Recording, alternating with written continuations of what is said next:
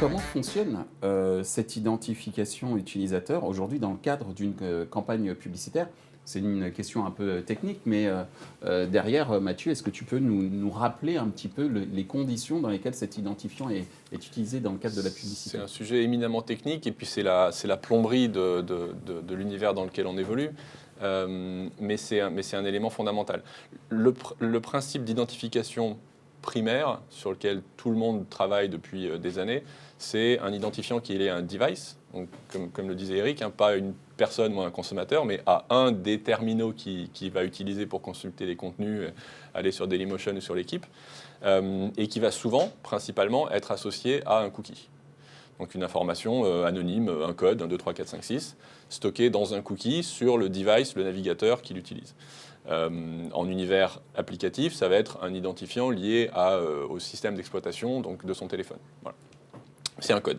Et ce code, il est le même au fur et à mesure des interactions qu'on va avec l'internaute, et donc il permet de savoir qu'on a par exemple déjà vu cet internaute-là, et donc si on lui a déjà proposé un message publicitaire, on va peut-être vouloir lui en proposer un autre. Ou alors on ne va pas vouloir lui en proposer parce qu'on a fait un capping. Voilà. Donc il va permettre une reconnaissance, pas de la personne, pas du fait que ce soit Mathieu Roche ou Michel Juvillier, mais juste de ce code unique qui va, via le protocole Internet, transiter dans toutes les interactions publicitaires et même les interactions de contenu. C'est-à-dire qu'à chaque appel échange entre des serveurs informatiques, ce code va transiter et donc va permettre à la personne qui reçoit l'appel, que ce soit une bid request dans le cadre du programmatique ou que ce soit un appel à du contenu ou à une vidéo, de savoir que c'est la même personne que celle pour laquelle on a fait une bid request il y a une seconde, une minute, une heure ou une journée. Donc c'est vraiment cette logique de code unique qui transite dans tous les échanges. Et il transite d'autant mieux que dans le cadre d'un cookie, l'exploitation de cet identifiant est complètement native dans le protocole Internet. Et c'est pour ça qu'on utilise les cookies pour identifier les internautes. Merci Mathieu. Eric, est-ce que tu peux apporter un complément à ce qui vient d'être dit? Oui, rapidement, il y a une notion importante en complément de ce qu'a dit Mathieu, c'est la partie référentielle en fait. C'est-à-dire que pour pouvoir réconcilier plusieurs devices ou plusieurs navigateurs Internet à un même individu, il faut avoir un référentiel d'une population, alors on va dire d'un pays, par exemple la France, qui va regrouper le plus d'internautes possible. Et souvent, ce référentiel est construit avec des alliances d'éditeurs ou alors par des prestataires tiers qui justement proposent aux éditeurs de regrouper leurs données. Et c'est ça, il faut tous ces codes dont parlait Mathieu, il faut les confronter à ce référentiel pour justement pouvoir retrouver l'individu derrière. Donc ça, c'est un travail assez important. Alors justement, puisque tu parles de regroupement éditeur, Emmanuel, puisque tu es également vice-président du GEST, comment les éditeurs en général et la plupart des éditeurs avec lesquels tu converses exploitent cette notion d'identification, notamment dans le cadre d'une campagne publicitaire, mais même également dans le cadre de l'éditorial? Là, nous, la question qu'on s'est posée au sein du GEST récemment, c'est de se dire, là on parlait du cookie, aujourd'hui on voit que le cookie quand même est un peu menacé. On ne sait pas exactement son avenir, mais on voit que à la fois RGPD, la menace e-privacy, on ne sait pas exactement à quelle sauce on sera mangé, mais bon, voilà. Stratégie des navigateurs. Stratégie des navigateurs, enfin voilà. Globalement, le cookie, la maîtrise du cookie qu'on pouvait avoir jusque-là, elle est menacée. Donc nous, entre éditeurs, on s'est plutôt dit, sans doute quelque chose qu'on n'avait pas fait, qu'on n'a pas fait assez, c'est comment on a plus d'utilisateurs logués, comme les plateformes que tu évoquais tout à l'heure, qui sont dans un univers 100% logué pour Facebook, quasiment 100% logué pour Google. Et on voit la part de marché qu'ils ont sur le marché publicitaire. Comment nous, éditeurs, ensemble, on arrive à être plus forts et à se dire comment on va faciliter la vie de l'utilisateur pour qu'on lui demande une fois de se loguer. Donc là, on a un projet qui s'appelle SSO Gest ou Login Unique qu'on est en train de lancer, qu'on a annoncé il y a quelques semaines, qui va arriver au cours de l'année. C'est-à-dire, je vais m'inscrire sur un site avec un identifiant. Je serai reconnu sur l'ensemble des sites de cette alliance-là. J'aurai juste à appuyer sur un bouton pour accepter qu'un compte soit créé, qu'un compte d'identification soit créé sur chacun des sites membres de cette alliance. Et donc nous, on pense que ça va à la fois nous permettre de proposer les bons services, les bons contenus, beaucoup mieux connaître nos utilisateurs pour notamment dans nos stratégies payantes, parce qu'on a évidemment la publicité qui est aujourd'hui une grande partie de nos revenus, mais on a également, notamment dans le secteur de la presse, une stratégie payante, arriver à proposer des contenus beaucoup plus adaptés et permettre également à nos régies publicitaires de beaucoup mieux monétiser l'inventaire en ayant une data plus fine sur l'utilisateur. Voilà. Et ça nous, entre guillemets, nous exonère un peu, même si ça ne règle pas tout, de la menace autour du cookie.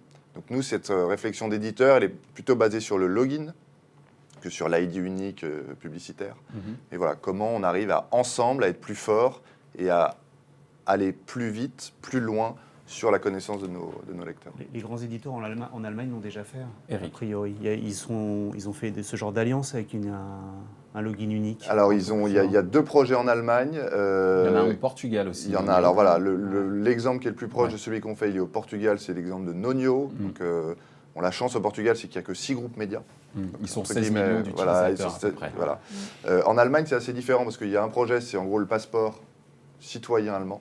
Donc il y a la Deutsche Post, la Deutsche Bank, il y a Allianz, enfin beaucoup d'acteurs autres. Et il y a un autre projet autour des fournisseurs d'accès Internet, One and One notamment, et des éditeurs comme Springer et Bertelsmann, qui sont en train de travailler sur un projet également. Il y a ce projet-là, il y a eu un projet en Belgique qui n'a pas marché, notamment pour la rivalité flamande et wallonne, mais c'était un projet qui était, je pense, assez avancé et voilà, sur lequel dont on s'est pas mal inspiré. Et le vrai projet qui existe et qui est réel, c'est Nonio au Portugal, qui lui allait plus loin, parce que lui, c'était également une alliance publicitaire. Oui, tout à fait. Voilà. Donc eux, ils sont allés plus loin, une DMP commune, enfin voilà, ils sont allés plus loin que nous, c'est comment on a plus d'utilisateurs logués et on ne veut pas faire une alliance publicitaire, parce qu'on sait que sinon, on ne se mettra jamais d'accord et rendez-vous dans... Il y aurait les Wallons et les Flamands locaux. Voilà, sans doute. Mais voilà, donc nous, c'est vraiment, on prend le plus petit dénominateur commun, qui est l'identifiant et qui est le lien avec notre lecteur, qui est indispensable de conserver et surtout de développer. Et comment on arrive à en faire profiter. Je pense que c'est vraiment c'est une notion hyper importante, cette Mathieu. logique d'identifiant qui est un dénominateur commun, c'est hyper important. On ne parle pas de data, on ne parle pas de capacité d'achat ou de vente, on parle d'un moyen. L'identifiant, c'est un moyen pour une fin qui est mieux connaître les lecteurs, mieux connaître les téléspectateurs, etc., côté éditeur, mieux être capable de les proposer au marché publicitaire, et côté annonceur, être capable de s'adresser aux bonnes cibles avec le bon message.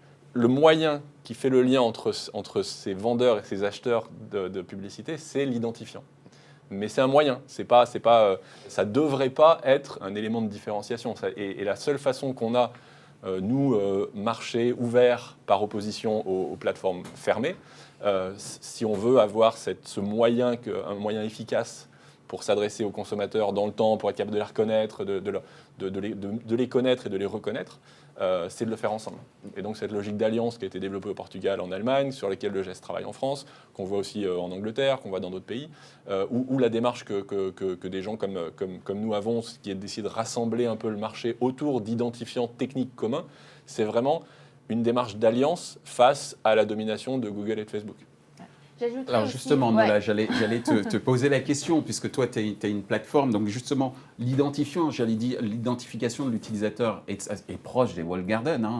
Très proche, ouais, voilà. et très important. Et donc, comment toi, dans ce cadre-là, justement, cette identification fonctionne dans le cadre des campagnes publicitaires que peut faire Dailymotion aujourd'hui? Ouais. Alors, comme j'ai dit avant, il y a les infos sur l'utilisateur.